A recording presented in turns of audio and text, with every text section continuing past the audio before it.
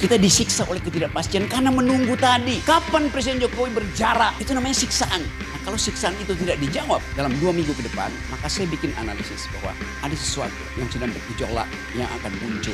Tidak bisa lagi didiskusikan. Parlemen jalan. Jadi bayangkan misalnya kalau proses pemaksulan Gibran itu mulai dibicarakan di parlemen dan pasti akan dibicarakan. Saya hanya minta supaya kalau ada demonstrasi mahasiswa, masyarakat sipil, aparat jangan cegah. Aparat justru bisikin aja pada wakil presiden. Bapak, keadaan udah berubah. Anda turun atau jadi pati.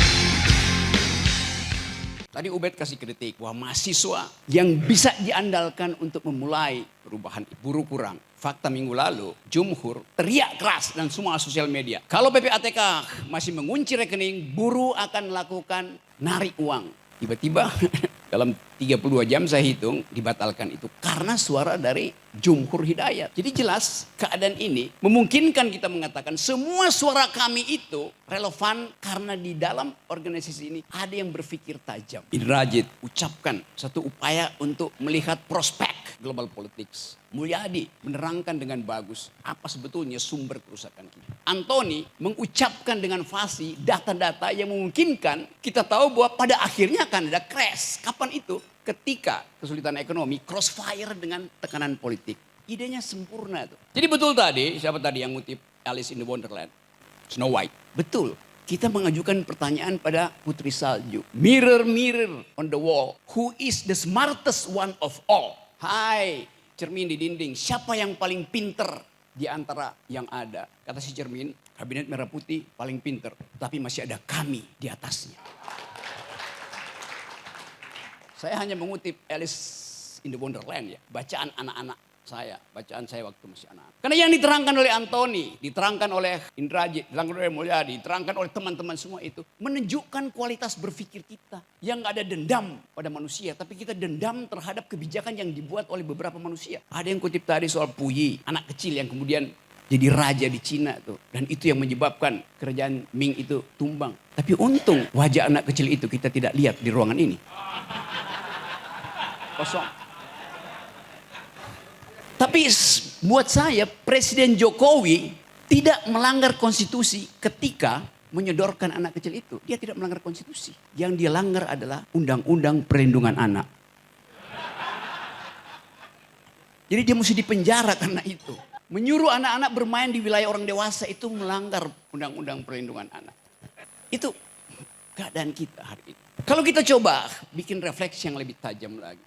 Semua udah ucapkan itu dengan dalil yang kuat bahwa mengambil jarak dari penjahat adalah keputusan moral. Harusnya jadi keputusan moral, bukan keputusan politik. Pak Prabowo terpilih secara elektoral, dia punya kekuatan elektoral. Tapi hasil kekuatan elektoral itu adalah hasil transaksi politik. Bisa nggak dia ubah itu dari kekuatan elektoral menjadi kekuatan moral? Itu yang kita perlu beritahu pada presiden. Anda menang secara elektoral, tetapi ada masalah moral di situ. Maka bring moral back into politics. Kita mau itu supaya jarak itu terjadi. Nah kami adalah kekuatan melalui perspektif moral itu. Kita nggak punya masa. Tapi keterangan-keterangan yang diucapkan oleh emak-emak, diucapkan oleh BEM, diucapkan oleh jurnalis, diucapkan oleh masyarakat sipil, diucapkan oleh mereka yang sedang mengibarkan bendera One Piece. Semuanya adalah moral call pada Presiden Prabowo. Karena tadi masih ada harapan. Coba saya ulas secara lebih sedikit teoritis supaya saya terhindar dari delik ya. Refleksi 80 tahun Indonesia. Apa itu Indonesia? Refleksi 1 tahun Presiden Prabowo dan Oktober nanti. Presiden Prabowo memegang kendali kebijakan. Karena itu dia adalah objek kritik. Kita adalah subjek. Warga negara itu subjek. Tapi Indonesia tidak mungkin kita jadikan objek kritik.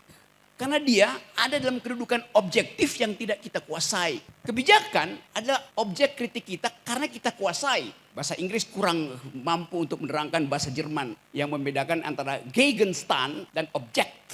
Ada yang belajar di Jerman enggak? Gegenstand artinya objek yang ada di pikiran kita karena itu kita kendalikan. Objek, OBJEKT itu objek yang tidak ada di dalam kendali pikiran kita. Indonesia tidak ada dalam kendali pikiran kita. Tapi kebijakan Presiden Indonesia ada di dalam kendali kepentingan kita.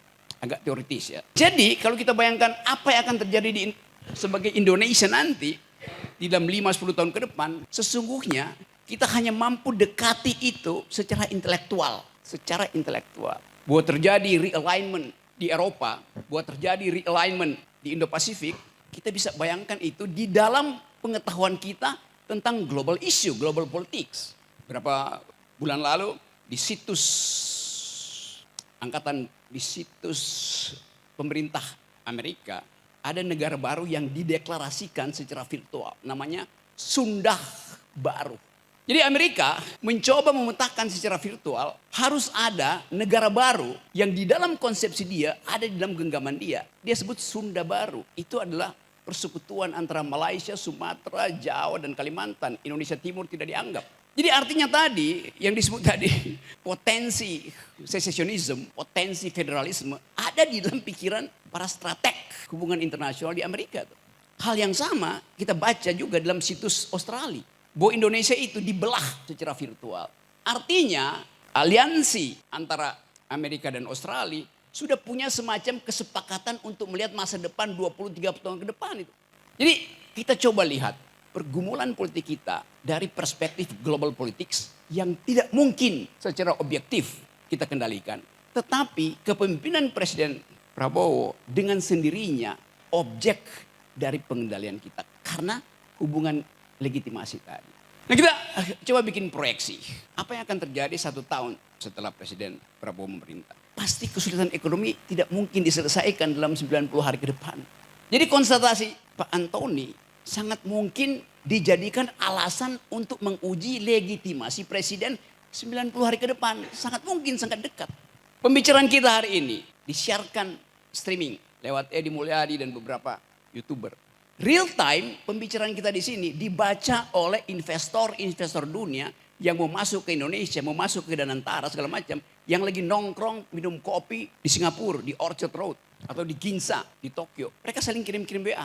Lu denger nggak uraian Antoni? Si investor Jepang bilang begitu pada temannya yang dari Paris, bicara investor dari Qatar. Gila tuh, kami tuh mengulas dan mengulit secara tajam. Berarti ada masalah besar di situ. Real time kondisi investasi itu udah berubah. Setelah Antoni ngomong, setelah Indrajit ngomong, setelah Mulyadi ngomong. Jadi bayangkan misalnya keterangan 3 akademisi bisa membatalkan niat investasi dari mereka yang udah parkir uangnya di Singapura. Tinggal menunggu apakah Prabowo mau mengambil moral call untuk menyingkirkan pengaruh Jokowi. Itu ditunggu investor detik ini real time. Begitu dunia interconnected. Tidak ada isu yang tidak diketahui oleh internasional. Sementara kabinet mesti tunggu mingguan untuk bersidang. Jadi kita lihat kecepatan informasi itu adalah alat revolusi yang paling memungkinkan. Tapi sekali lagi kita punya semacam keinginan untuk ya Pak Prabowo selesaikan dong problem-problem di masa lalu itu. Election bisa berbeda dengan decision. Prabowo memenangkan election tapi decisionnya itu ditunggu justru. Anda punya kapasitas karena hasil elektoral. Sekarang Anda punya kapasitas juga untuk menunjukkan jarak moral Anda dengan rejim sebelumnya. Kan simple logiknya seperti itu. Jadi teman-teman kita tahu bahwa keadaan ekonomi kita betul-betul ada di dalam kondisi yang dengan sedikit picu kecil ambruk. Soal tadi, soal kepercayaan. Apalagi kepercayaan mak-mak. Disebutin 5,12% growth. Dengan susah payah pemerintah menerangkan. Itu memang benar. Tetapi Bima Yudhistira dari Selius mengirim surat ke PBB. Dan PBB menjawab, oke, kami akan riset kembali 5,12 itu masuk akal apa tidak. Investor yang saya ceritakan tadi, yang sekarang lagi ngopi di Orchard Road itu, nggak perlu nunggu PBB jawab. Dia tahu bahwa kami lebih dia percaya daripada hasil sidang kabinet. Logik dari data itu. Jadi kalau dikatakan tadi, apa sumber subversi yang bisa menggoyah kepemimpinan Prabowo? Bukan gerakan massa, bukan gerakan buruh, bukan gerakan mahasiswa. Tapi data kecil itu yang bisa dibaca.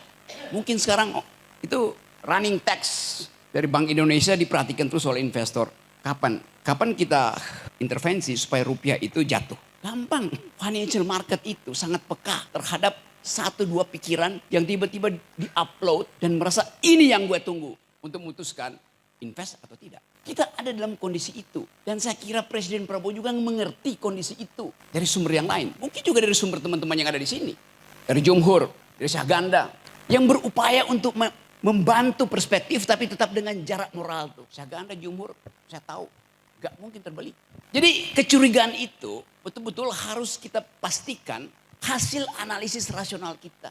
Ya saya tahu orang mengatakan Rocky Gerung itu pesimis terus. Sementara kabinet, menteri-menteri bilang harus optimis. Oh ya, saya pesimis yang rasional. Kabinet optimis yang irasional. Udah. Karena kita bikin kalkulasi. Jadi sebetulnya kalau Presiden Prabowo mendengar uraian di sini. Dia harusnya punya moral call untuk mengatakan saya paham apa yang diucapkan oleh kami. Dan itu yang saya inginkan. Tapi tolong bersabar Pak Gatot. Tunggu momentum. Tolong bersabar Said Didu. Tunggu siasatku. Tambahkan sabarmu Pak Lanyala. Karena aku lagi menyusun strategi. Saya membayangkan Prabowo bicara itu di dalam hatinya. Dan kesempatan seperti ini jadi pengukur antara siapa yang menginginkan Indonesia bertumbuh di dalam pengetahuan, bertumbuh dalam keadilan. Dan siapa yang hanya mengendus-ngendus jabatan dan berupaya untuk menempel pada kekuasaan. Jadi bagus betul hari ini ada refleksi dan kita tahu bahwa setiap refleksi tidak harus menghasilkan aksi. Tidak harus menghasilkan aksi. Tapi refleksi yang bermutu hanya didasarkan pada kemampuan kita dan keinginan kita untuk membuat aksi itu tiba secara mendadak. Nah kemendadakan itu yang saya duga ada di dalam banyak kelompok. Kelompok jurnalis sedang mempersiapkan kemendadakan. Teman-teman dari RRT ini juga lagi mempersiapkan kemendadakan. Para purnawirawan sudah mempersiapkan kemendadakan itu. Pati adalah pintu pertama untuk kita pahami bahwa satu persoalan lokal bisa jadi urusan nasional. Kenapa? Karena kondisi objektifnya sama. Yaitu harapan daerah untuk diguyur lewat dana-dana pusat tidak diperoleh. Faktanya memang begitu. Udah bertahun-tahun sebetulnya kasus itu. Tetapi begitu arogansi si bupati itu dimunculkan, maka masyarakat Jawa Tengah yang biasanya nerimo berubah menjadi ngamuk. From nerimo to amok. Kondisi ini ada di kita, laten di kita. Sebagai masyarakat yang dihina, disiksa oleh ketidakpastian. Kita disiksa oleh ketidakpastian karena menunggu tadi. Kapan Presiden Jokowi berjarak? Itu namanya siksaan. Nah kalau siksaan itu tidak dijawab dalam 2 minggu ke depan, maka saya bikin analisis bahwa ada sesuatu yang sedang bergejolak yang akan muncul. Tidak bisa lagi didiskusikan. Parlemen jalanan. Fakta itu ada di kita. Siapa yang menurunkan Presiden Soeharto? Berapa orang? 20.000 orang mahasiswa duduk di atas Gunung Kura-Kura. Dan Presiden Soeharto mengerti bahwa dia sudah selesai. Itulah antropologi politik kita. Pati itu 10.000 mungkin. Jadi bayangkan misalnya kalau proses pemaksulan Gibran itu mulai dibicarakan di parlemen dan pasti akan dibicarakan. Saya hanya minta supaya kalau ada demonstrasi mahasiswa, masyarakat sipil, aparat jangan cegah itu. Aparat justru bisikin aja pada Wakil Presiden. Bapak, keadaan udah berubah. Anda turun atau jadi pati. Itu menyelesaikan banyak hal. Lebih efisien daripada minta proses DPR kirim ke Mahkamah Konstitusi balik ke MPR. Itu tukar tambahnya panjang. Jadi pati bisa terjadi dalam beberapa minggu. Ketika tadi keadaan ekonomi yang tidak mungkin dipulihkan dalam waktu dekat dengan kemarahan publik yang dipendam Karena ketidakpastian. Jadi apa yang memungkinkan terjadinya perubahan? Karena ketidakpastian itu sekarang ada di kafe-kafe, dibicarakan tadi oleh Gen Z itu, yang merasa bahwa potensi kami untuk membayangkan Indonesia terhalang oleh adanya si anak kecil itu. Dan itu sangat sosiologis. Jadi ini kesempatan kita untuk menyusun kembali energi moral kita untuk satu waktu mengatakan bahwa harus ada yang dipenjara. Terima kasih. Terima kasih Mas Hersu. Selamat malam, salam sejahtera.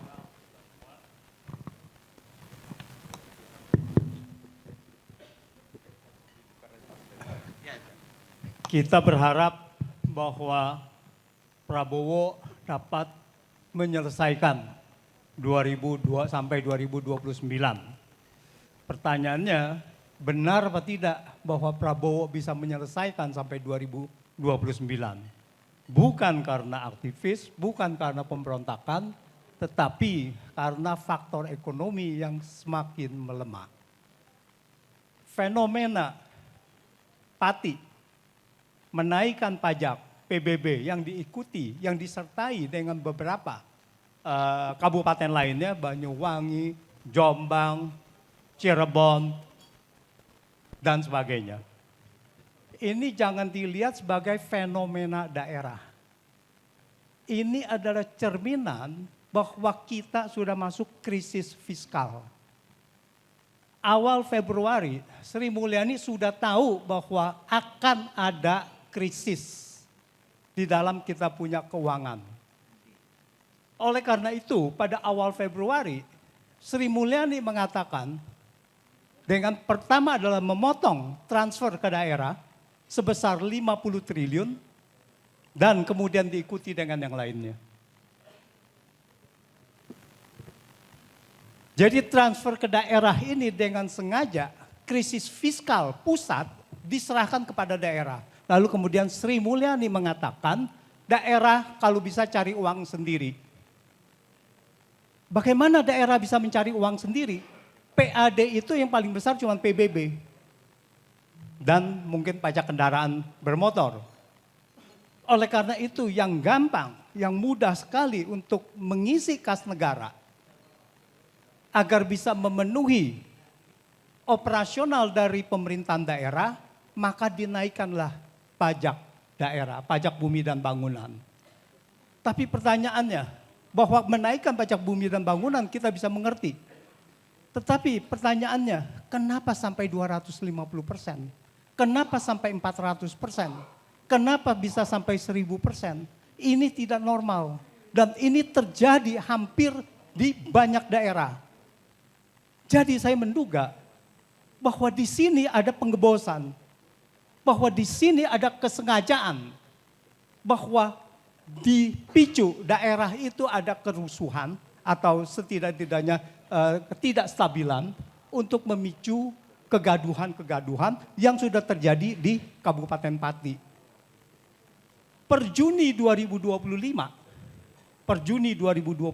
semester pertama, penerimaan negara kita perpajakan cuma 895 triliun. Pembayaran bunga pinjaman 398 triliun. Artinya apa? Artinya 40% dari penerimaan perpajakan untuk bayar bunga. Ini akibat 10 tahun Jokowi dengan utang yang sangat ugal-ugalan. Dengan rasio pajak, dengan beban bunga 40%, tidak mungkin bisa survive.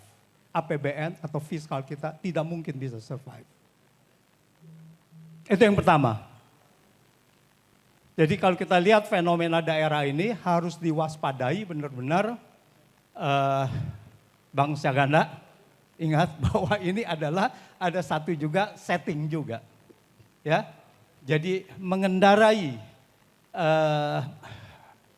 krisis fiskal untuk kepentingan orang-orang tertentu, pihak-pihak tertentu. Yang kedua, yaitu moneter. Utang Indonesia, utang luar negeri Indonesia itu semakin lama semakin besar dan dimotori oleh Bank Indonesia dan pemerintah. Kenaikan utang luar negeri Bank Indonesia dalam 5 tahun naik 950%. Dari 2,8 triliun menjadi sekarang ini hampir 28 triliun. Ekonomi Indonesia swasta sudah tidak dipercaya. BUMN sudah tidak dipercaya. Malah utang luar negeri dari BUMN berkurang. Dan di switch oleh karena itu Bank Indonesia masuk ke pasar valuta utang luar negeri. Bank Indonesia dan pemerintah. Kenaikan utang luar negeri sangat luar biasa dan menekan kurs rupiah. Jadi kurs rupiah ini hanya tergantung dari, bahasa saya adalah doping dari utang luar negeri. Ketika utang luar negeri terhenti, rupiah pasti kolaps. Dan dengan adanya krisis fiskal ini akan bersinergi dengan nantinya akan ada krisis moneter.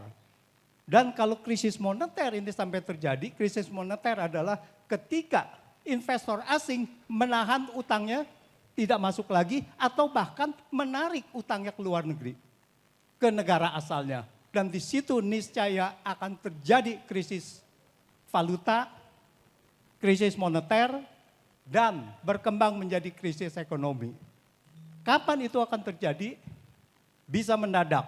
Krisis fiskal sudah terjadi tahun ini, krisis moneter bisa saja terjadi tahun depan. Dan kalau berkembang itu, ini akan cepat sekali. Bagaimana solusinya? Saya tidak berpretensi untuk bisa memberikan solusi. Tapi satu hal adalah solusi yang sudah pasti, ya jauhkanlah Prabowo, kubu Jokowi itu dan serta antek-anteknya. Terima kasih. Bismillahirrahmanirrahim. Assalamualaikum warahmatullahi wabarakatuh. Bapak-bapak, ibu-ibu sekalian yang saya hormati, Pak Gatot, Pak Romad Wahab, yang nangkap saya dulu Mas, zaman Orde Baru, Pak Purnomo, Jenderal Purnomo, sekarang dekat sama saya, Pak Tiasno, ya. Pak Lanyala, yang berjuang sama saya dan Rocky Gerung, membuat poros perubahan di tempat Mudrik Sangido, Al-Fatihah untuk Mudrik Sangido.